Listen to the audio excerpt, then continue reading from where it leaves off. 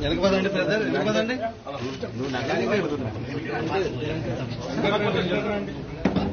10-15 రోజులుగా వివిధ రకాల దుర్ఘటనలు వెంటాడడం, చివరికి ఈ రకంగా వారు అకాల మరణం పాల్గొవడం మమ్మల్ని అందరినీ కూడా తీవ్రంగా బాధ పెట్టిన సందర్భం. దురదృష్టవశాత్తు నేను ఆ రోజు విదేశాల్లో ఉండడం వల్ల రాలేకపోయాను. అమ్మాయి నిజంగా కూడా లాస్యానందిత గారు ఎలక్షన్ ప్రచారంలో కానీ అంతకుముందు గతంలో కార్పొరేటర్గా పనిచేసినప్పుడు కానీ కవాడి కూడా ఉంది.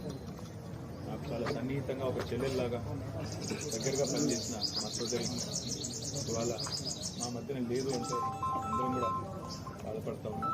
దాంతోపాటు ఆ కుటుంబానికి సంవత్సరం కిందటనే పెద్ద దిక్కులా ఉన్న కంటోన్మెంట్ 5 సార్లు శాసనసభ్యుడిగా పనిచేసిన సీనియర్ ఎమ్మెల్యే సాయన్న గారు సంవత్సరం కిందట వారు మరణించడం, తర్వాత వారి కూతురు దివంగత ఎమ్మెల్యే గారు కూడా అకాల మరణం పాల్గొనడం, నిజంగా కుటుంబానికి భగవంతుడు మనోధైర్యాన్ని ప్రసాదించాలని, ఈ శోకాతప్త సందర్భంగా వారి కుటుంబం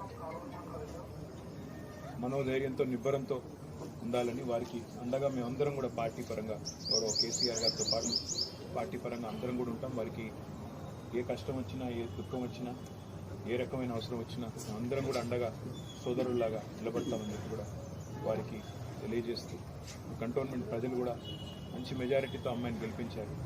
వారికి కూడా ఈ మరణం తీరని లోటు. తప్పకుండా వారందరికీ కూడా పార్టీ అండగా ఉంటుందని చెప్పి కూడా తెలియజేస్తుంది.